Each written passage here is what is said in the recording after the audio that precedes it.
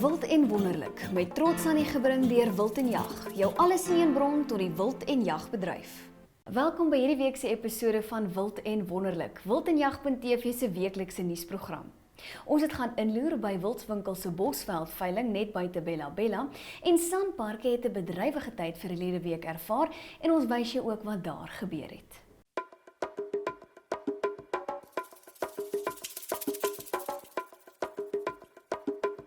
Nuus in die bedryf is moontlik gemaak deur Wildebeest Camo.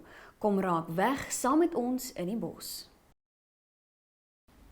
'n Veldwagter is verlede Woensdag in die Kreerwiltuin saam met 'n staatsveeartstegnikus in hegtenis geneem in verband met renosterstropery.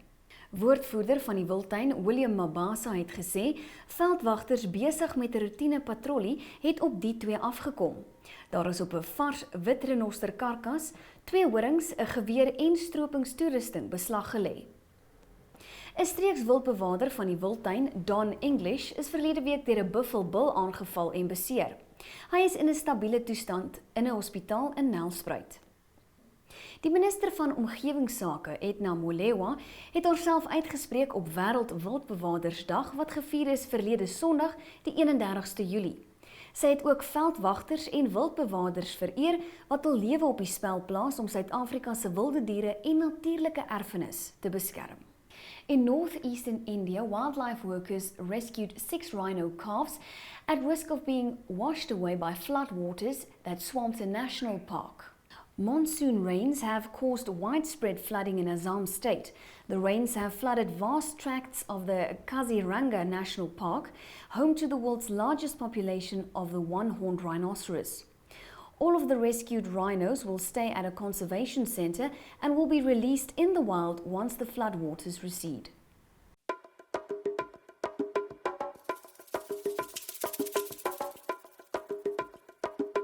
Ons kuier saam met is aan u gebring deur Otterskloof Private Game Reserve. Die span het hierdie naweek 'n Wildswinkel se Bosveldsveiling gaan bywoon en Lize Prinsloo het so 'n bietjie met die mense daar gaan gesels. Ons kuier vanoggend saam by Wildswinkel se veilingslokaal net buite Bella Bella.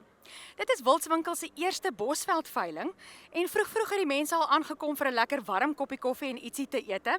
Na die veiling gaan ons gesels met kopers en verkopers om te hoor hoe die veiling vir hulle afgeloop het en of hulle darm so winskoopie in die sak gekry het. And we're going to sell him there at 50,000 and it was right to go 650. He shakes his head there at the back now, 650 in the front.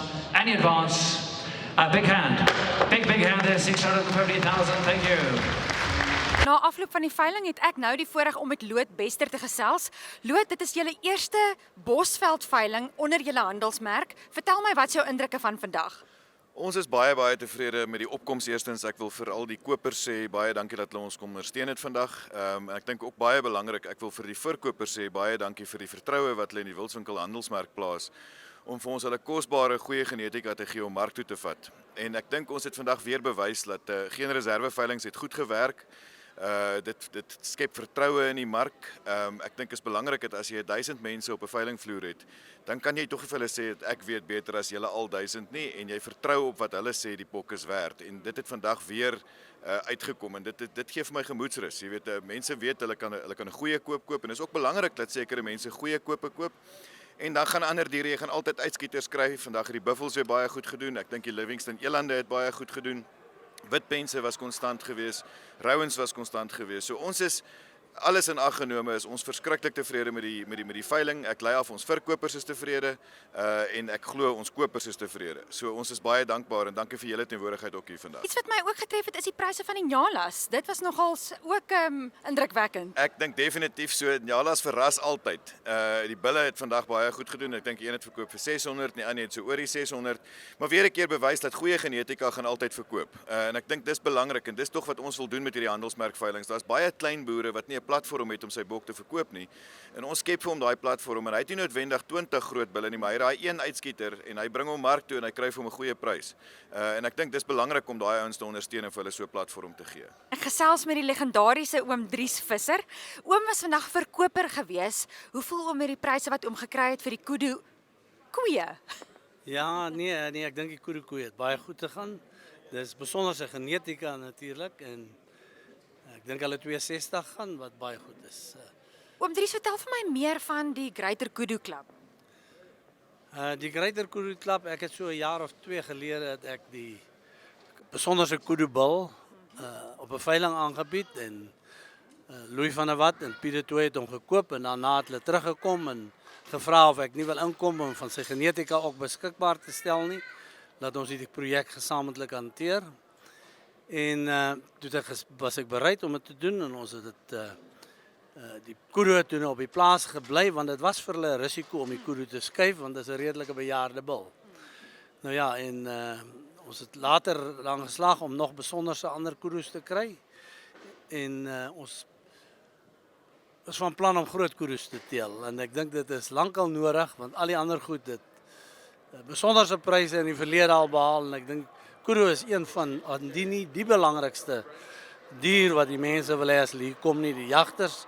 So ek dink hy het sy regmatige plek nou gekry. Oom, dit is so lekker om oom se liefde te sien vir die diere en oom se passie ook vir die bewaring van die diere. Ek sien oom het vroeër 'n dier opgesit vir die liefdadigheidslot en dis almal lekker om te gee, né?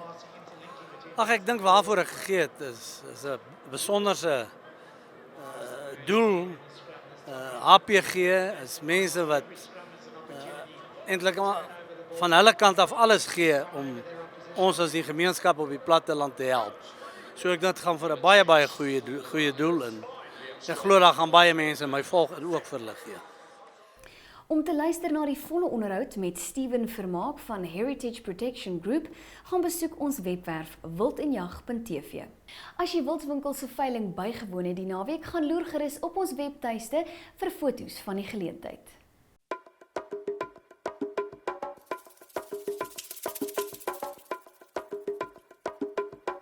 In die nuutste Wild en Jag met trots geborg deur RGA Wildlife, veilig by ons. Met die jagseisoen in volle swang, bring Wild en Jag tydskrif vir jou maandeliks nuttige jagwenke wat elke jagter behoort te weet. Ernstige bors, abdominale en rugbeserings kan jou onverhoeds in die middel van die bos of tydens 'n jagtog betrap. Jokkeleroe bespreek die belangrikste simptome en gee raad oor hoe om dit te hanteer voordat mediese hulp ingeroep kan word op bladsy 49 tot 50. Live game trade. Are we seeing the results of a perfect storm? Speculation is rife about live game prices and the related prospects. Dr. Flippy Klute of the School of Economics at the Northwest University Potchefstroom campus shares his view on the matter on page 118 to 121.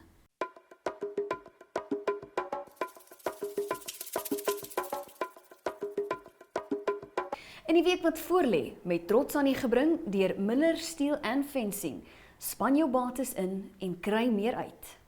Hierdie naweek in die bedryf gebeur die volgende. Op die 6 Augustus bied Vleis Sentraal die Loskop Game Breeders veiling aan by die Raasblaar restaurant en lodge op Groblersdal. Nicoroo Wildbedryf bied ook hul 85ste wildveiling op die 6de op Rustenburg aan. Verskeie wildspesies van topgenetika en kwaliteit teel en jagdiere word daar aangebied. Bekende wildboer Pieter Tooi kuier verder saam met ons in die 3de episode van die reeks. En die vrouejagters in Africa's Huntress hervat ook hul reis in episode 9.